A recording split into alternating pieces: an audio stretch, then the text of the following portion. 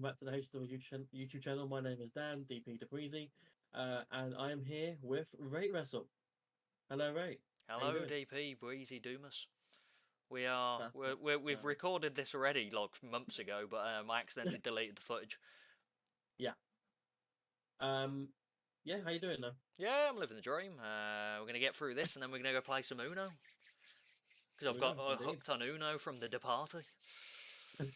Fair enough. Yeah.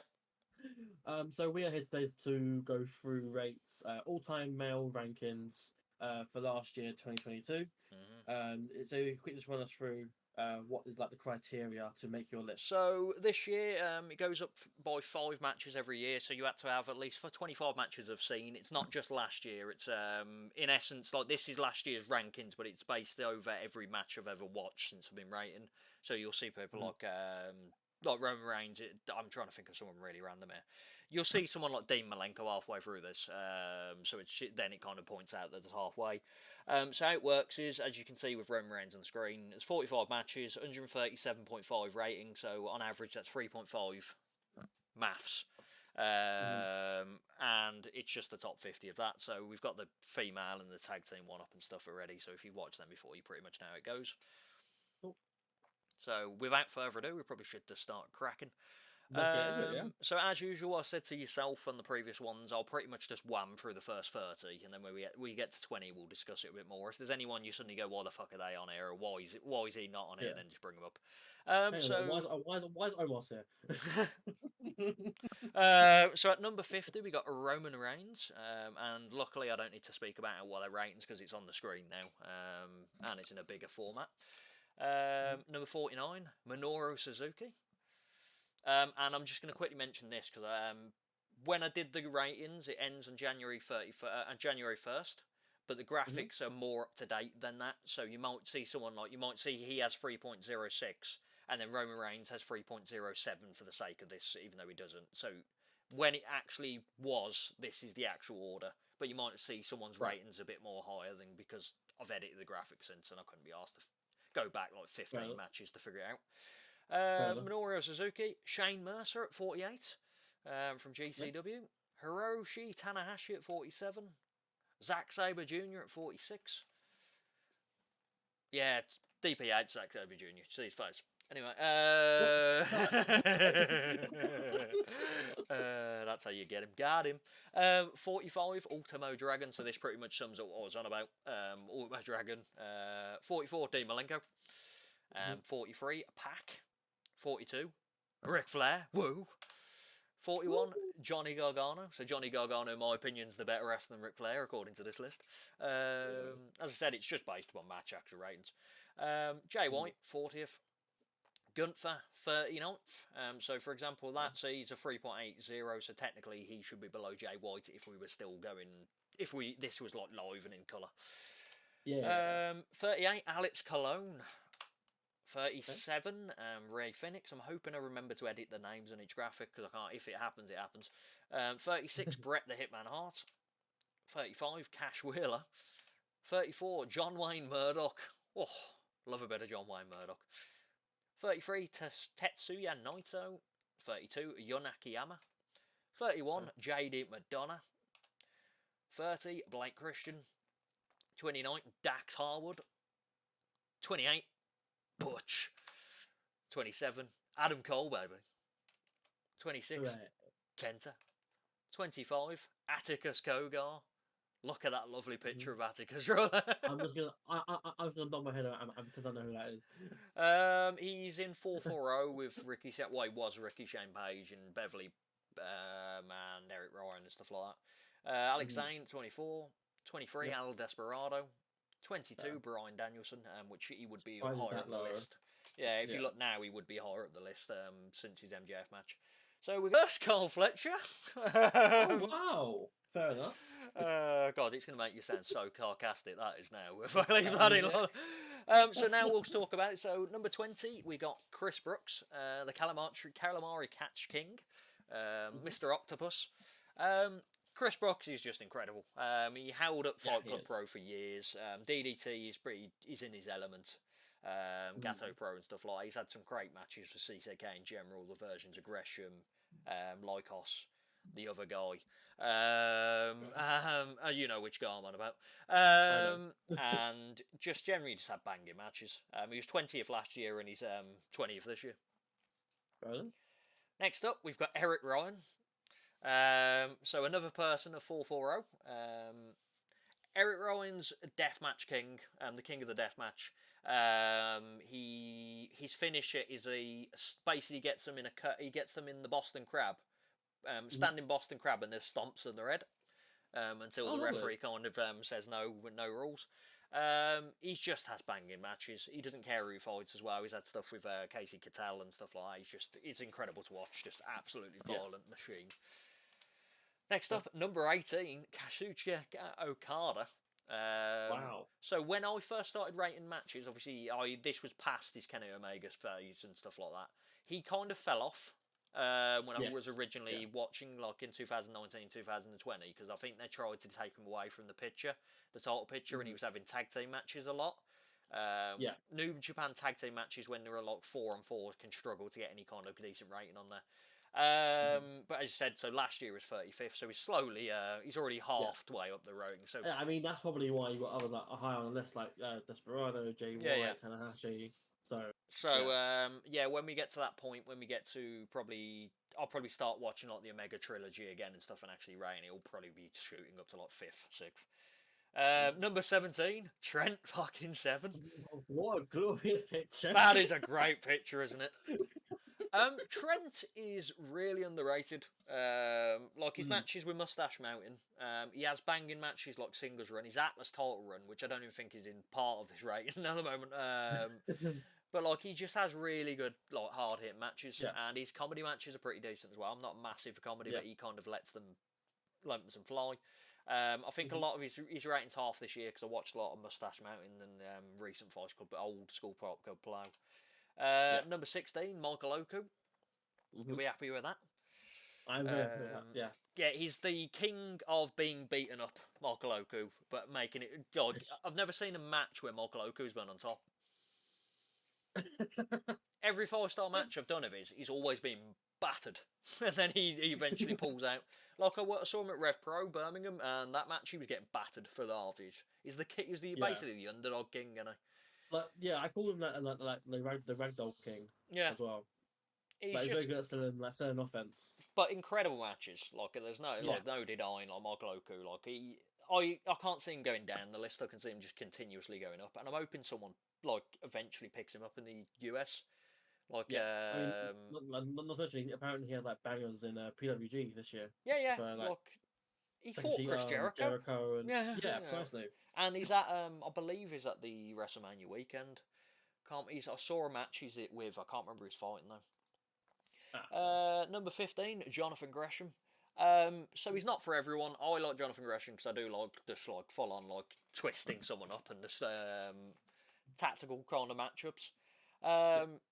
And every match he has is just like that, and I just really enjoy it. It's like a chess peach kind of match. But I've also saw him. He had a great match at Progress when it was CCK versus Jordan Grace randomly and Santana Ortiz. Really very good match, and just thinking about him versus Jordan Grace is hilarious. But they very very good match. Number 14, Kyle O'Reilly. Very short lad here. Yeah, some of the pictures are just flipping. I can nicely give him a bit of height if you want. There you go. It was the same with Ricardo. It's just the way the graphic fell. Kyle O'Reilly's very underrated wrestling wise. Like he's disappeared off the face of the earth at the moment because he's injured. But he's just fun, grappling, striking.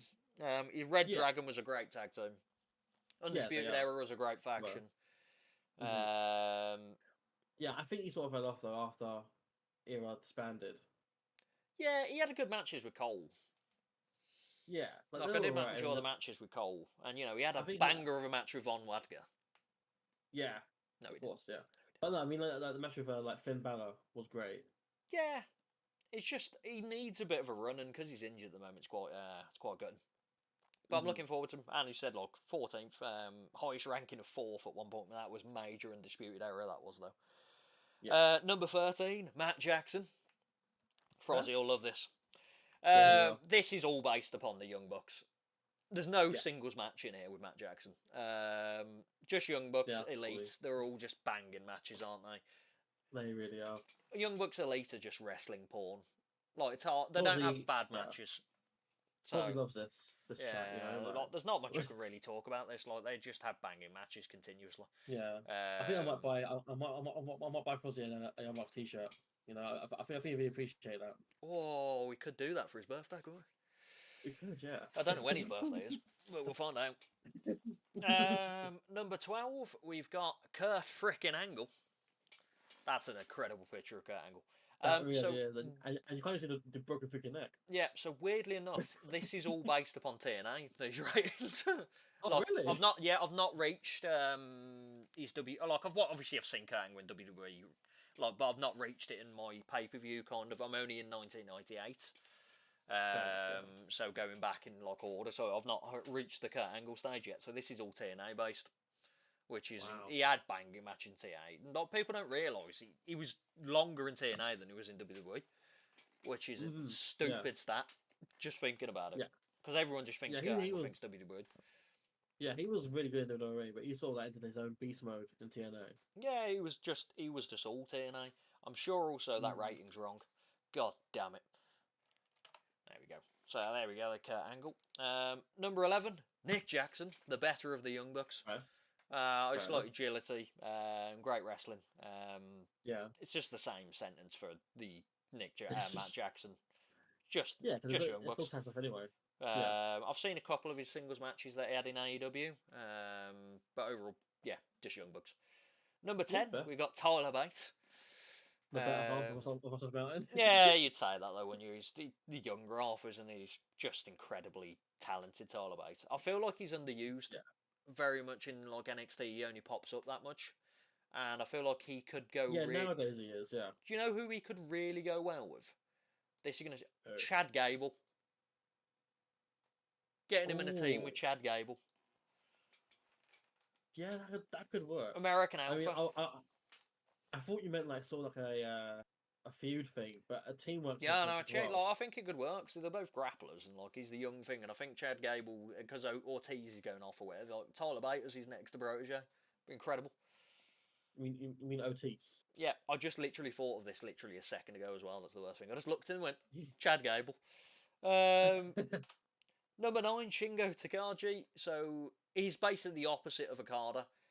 When I started rating matches, Takagi was on the rise, just on the the death match on the full on rise, whereas really? Thingy was on the opposite.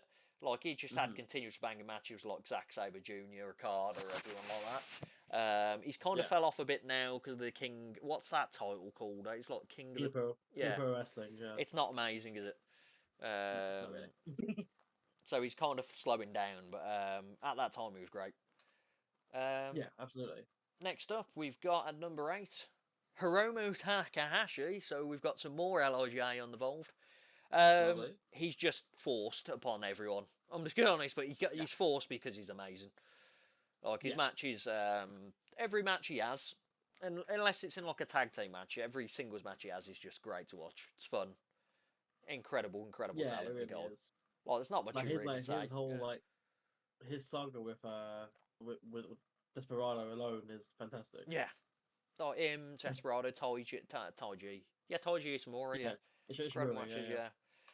Number 7, Mark Davis. Man, he's underrated as hell. I agree.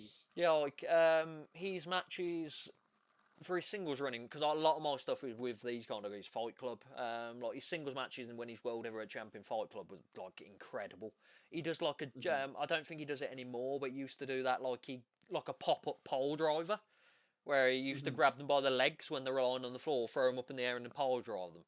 He just had banging matches, and then Aussie Open as well, just incredible matches. Yeah, I think they're one of the best teams in the world at the moment.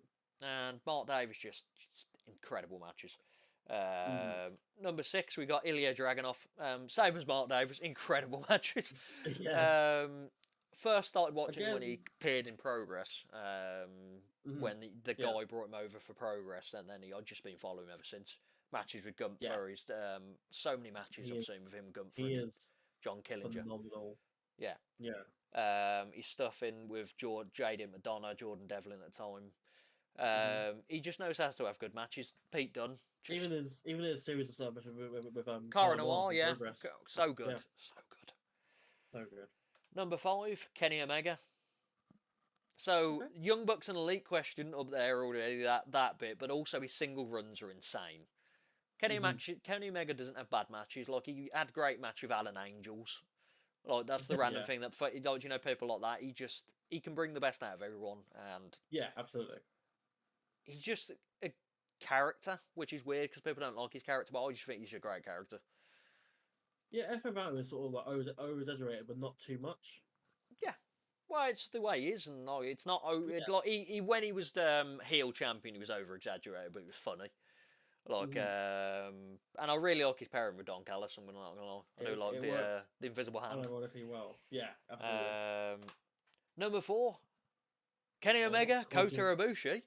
Controversial. Yeah, so Kota is coming back soon, and he's in GCW Fight Club Bloodsport thing.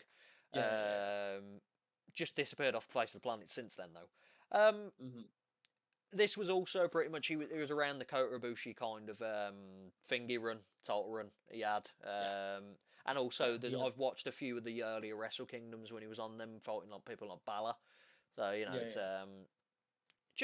he's another guy that just can't really have bad matches. Yeah, I agree. I'll say I think he has the same problem that Hiromu has. Yeah, he's sort of forced on people. Oh no, yeah. Especially when you made him force him to put the titles together. You know that was a bad decision. Number 3, Kazuchika Takeshita. That's an arrival and a half. That's an arrival. 27. Yeah, he's just insane. He's a phenomenal, yeah. Yeah, but I think it also helps since I've seen him AEW's been put against like people like Moxley and crap like that, so he's had great matches. But his DDT run, like I saw some of his matches in like the Grand Prix they do with him, like Yuji Okabashi came over, who's incredible as well. He just is a powerhouse, but he's athletic, and his striking's incredible. And he's very young as well. Yeah, he's like 25 or something stupid, isn't he? He's my age, yeah. Yeah. Now let's discuss this, DP. He's your age. So what am I doing? I'm already past my prime. Number 2. That's fine. I'll get in the ring soon. That's fine. William Ospreay. So there's just no denying Will Ospreay. Yeah. Like this year alone, every match he has is just bangers. His match against Luke Jacobs, which I saw live. He's had so many matches with Okada. He had a match at Rixie against Tristan Archer recently, which was a banger. Like his stuff with Swords of Essex versus Aussie Open, they were great matches. He's just stupid. Like, he had amazing matches with like Michael Oku. Michael Oku. Yeah, I completely like that as well. Oh, that's he's just porn. Ospreay is. He's just a man. He's just wrestling porn. Yeah, I mean, Fozzy's not a fan of this guy though whatsoever. He doesn't like him at all. You know, not a big fan. I don't get it. Yeah. So you know who number 1 is if you remember the video, but I don't know if you remember the video. I don't remember the video. Guess.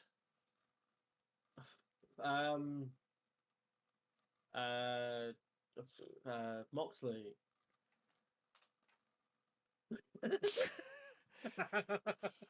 To be fair, I should have realised that. Yeah, the 3.93 rating. He's just the king of the 5-star. Ken Okabashi, just incredible matches. Him against Joe.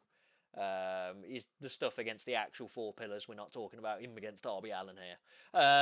Just insanely talented. I've got to watch one match this year, otherwise he'll drop off the rankings for next year. So because 30's the cut off. Eventually 50 will be the maximum, and then every year it'll just be 50. So I've got to get a Kabashi match in by the end of the year, otherwise he drops off, and then Will Ospreay wins by demand. But yeah, he's just Kabashi's a Kabashi. To be fair, Mitsuhara Masawa's got a higher rating, but I've only watched like 23 of his matches. So he'll probably be back on the list soon as well, because I'm going through the cage match rankings. As well, like Kabashi comes from a certain time in Japan wrestling where everything is just banger, like, you know, like like their matches with him, like Tao, Jumbo, who are the other ones? Akiyama. Mm. Did I just pass Akiyama? You did see Akiyama on this list, didn't you? He was, but he wasn't in the top 20. Yeah, no, that's fine. It's just I don't remember saying his name. It's just I remember him there. Yeah, there's Akiyama for you at 32. Yeah. But yeah, just incredibly talented. But yeah, that's another end. We're rad to play Uno, I'm assuming, because I can see 2 messages in the chat. That's not what you think it is. Fuck's sake. You'll see what it is in a minute.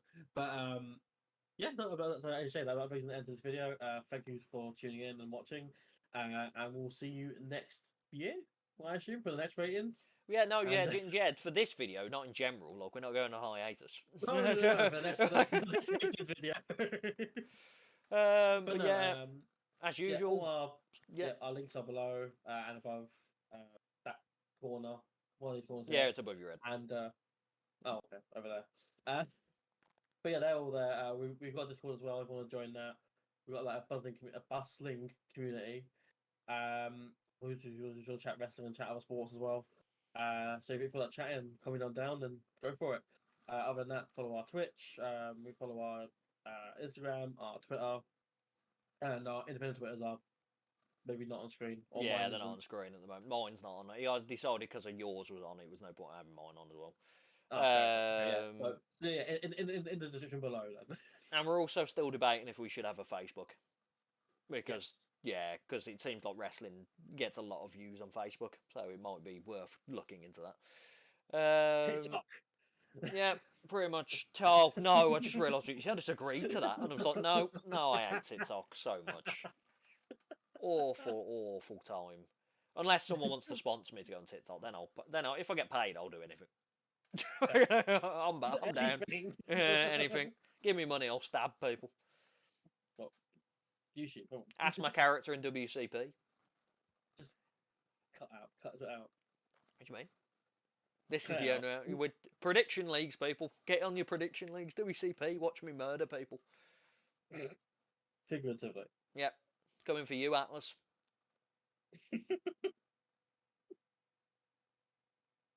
So yes, that I guess brings a weird, bittersweet end, I guess, to this video. As Ray leans slowly in for a kiss, I guess, on the camera. We bid you adieu. And we'll see you at the next one. Goodbye, Atlas. Goodbye.